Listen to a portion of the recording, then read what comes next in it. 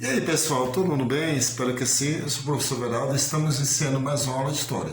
Falaremos hoje sobre a colonização portuguesa na América.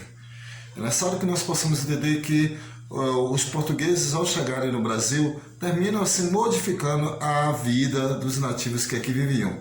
E isso é a partir do dia 22 de abril de 1500, houve assim um processo, né, o processo de colonização desse território.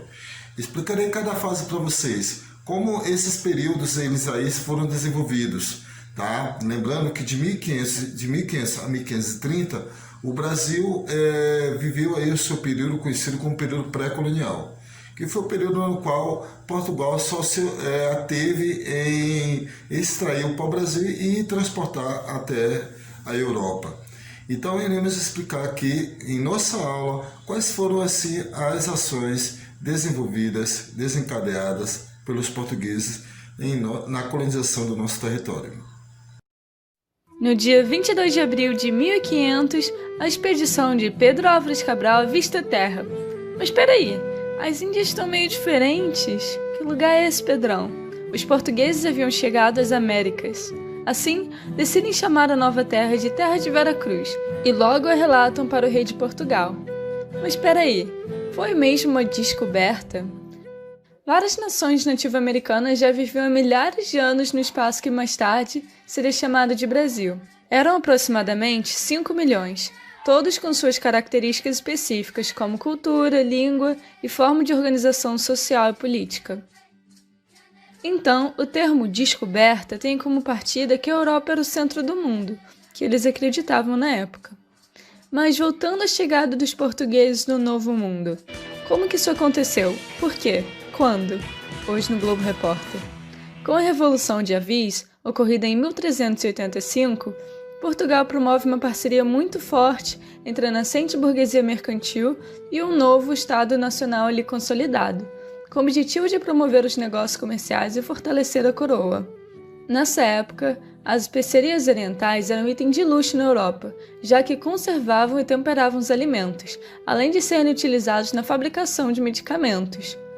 No entanto, eles vinham em sua maioria da Ásia, sendo de difícil acesso. Com a queda de Constantinopla em 1453, a rota terrestre até as especiarias foi bloqueada pelos turco-otomanos, assim, obrigando os europeus a encontrar outro caminho até as especiarias. Dessa forma, se iniciam as grandes navegações, onde Portugal promoveu uma série de expedições de exploração no Oceano Atlântico. Mas por que Portugal foi o primeiro a fazer isso, e não a Espanha, a Inglaterra ou a França? Portugal já estava avançadíssimo nesse processo, se tornando pioneiro, por vários motivos. Primeiro, porque eles unificaram seu território muito cedo, em comparação ao resto da Europa, em 1249, quando o rei Afonso III conquistou o sul de Portugal, a região do Algarve. A partir disso, no final do século XIV, eles não estavam envolvidos em nenhuma guerra, vivendo um período de estabilidade política, ao contrário dos vizinhos, que estavam arrumando treta todos os dias. Essa estabilidade possibilitou que Portugal vivenciasse um desenvolvimento comercial e tecnológico e pudesse investir bastante no desenvolvimento de tecnologias de navegação. Outro motivo fundamental para o pioneirismo português foi a localização geográfica de Portugal. Ele tinha um acesso perfeito às correntes marítimas do Oceano Atlântico. Tendo isso em mente, vamos aos fatos. Portugal ainda precisa de uma nova rota marítima até as Índias.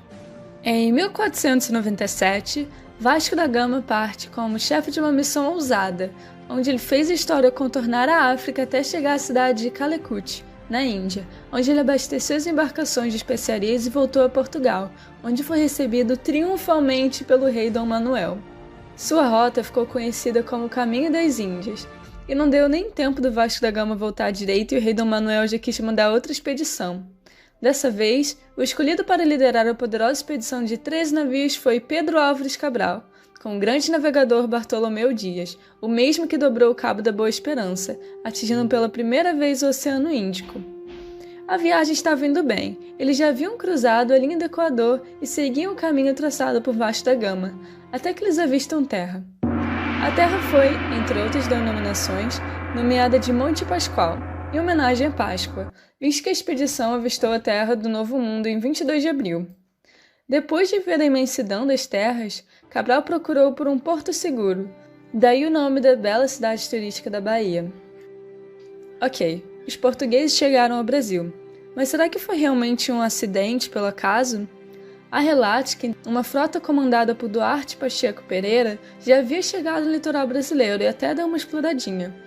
Mas essa suposta chegada dos portugueses à América do Sul foi mantida em segredo confidencial pela corte portuguesa, com medo da informação chegar aos seus rivais, os espanhóis. Lembra que o italiano contratado pelos reis católicos espanhóis, Cristóvão Colombo, tinha chocado a Europa ao chegar nas Américas pela primeira vez, em 1492? Havia motivos para manter esse segredo, porém, essa teoria ainda é polêmica e foi descartada por vários historiadores. Ainda há teorias que vários povos estiveram nas Américas muito antes de Colombo, como vikings, os chineses e até os templários, mas não vamos explorar esses a fundo aqui. Agora, voltando aos portugueses na Terra Nova. Como foi o contato com quem já morava lá, os nativos? A interação entre portugueses e indígenas foi muito saudosa. No início, os portugueses foram legais. Você sabe, né? Quando há um interesse envolvido, todo mundo fica bonzinho. Houve até uma troca de presentes. Detalhes desse encontro foram relatados pelo escrivão da expedição cabralina chamado Pero Vaz de Caminha. Eram pardos, todos nus, sem coisa alguma que lhes cobrisse suas vergonhas. Traziam nas mãos arcos e flechas. As trocas de gentileza em forma de presente entre os portugueses e tupiniquins era o início de uma prática conhecida como escambo. Mas fato é que essa história você já conhecia, pelo menos em parte. O primeiro contato com os povos indígenas já foi contado e recontado muitas vezes em diferentes versões. A pergunta é, o que aconteceu depois? Os portugueses continuaram explorando a costa brasileira por alguns dias, até celebrando a primeira missa no Brasil. Os comandantes decidiram levar uma embarcação para Portugal, para relatar as descobertas, e o resto dos naus, como eram chamados os navios de grande porte, continuaram rumo às Índias. Quando o rei Dom Manuel I ficou sabendo da descoberta, ele achou magnífico, mas não deu muita bola. A prioridade era o comércio nas Índias. Pelos próximos anos, os portugueses fizeram poucos investimentos na ilha de Veracruz, nome dado por Cabral ao Brasil. Mandaram algumas expedições exploratórias, mas como não encontraram metais preciosos nem especiarias, não se interessaram muito. Só uma coisa havia chamado a atenção deles: o pau-brasil, árvore da qual se extrai uma forte tintura vermelha muito preciosa na Europa. Assim se dá o nome Brasil ao território. E de onde viria a mão de obra para a extração desse? Os indígenas, através de um modo que será discutido melhor futuramente. Mas olha só, os vizinhos europeus, principalmente os franceses, também queriam tirar uma casquinha dessa terra maravilhosa, vindo contrabandear madeira e capturar índios. Indignado com as invasões, Portugal envia expedições de guarda-costas para vigiar o litoral brasileiro, mas eles esqueceram de um detalhe: eram quase 7.000 quilômetros de extensão. Assim, somado ao declínio do comércio das especiarias e as constantes invasões, Portugal decide iniciar uma política de colonização. Até o ano de 1530, a ocupação portuguesa ainda era bastante tímida. Somente no ano de 1531, o monarca português Dom João III enviou Martim Afonso de Souza ao Brasil, nomeado capitão-mor da esquadra e das terras coloniais, visando efetivar a exploração mineral e vegetal da região e a distribuição das Seis Marias, que eram os lotes de terra. Dessa forma, se inicia a colonização.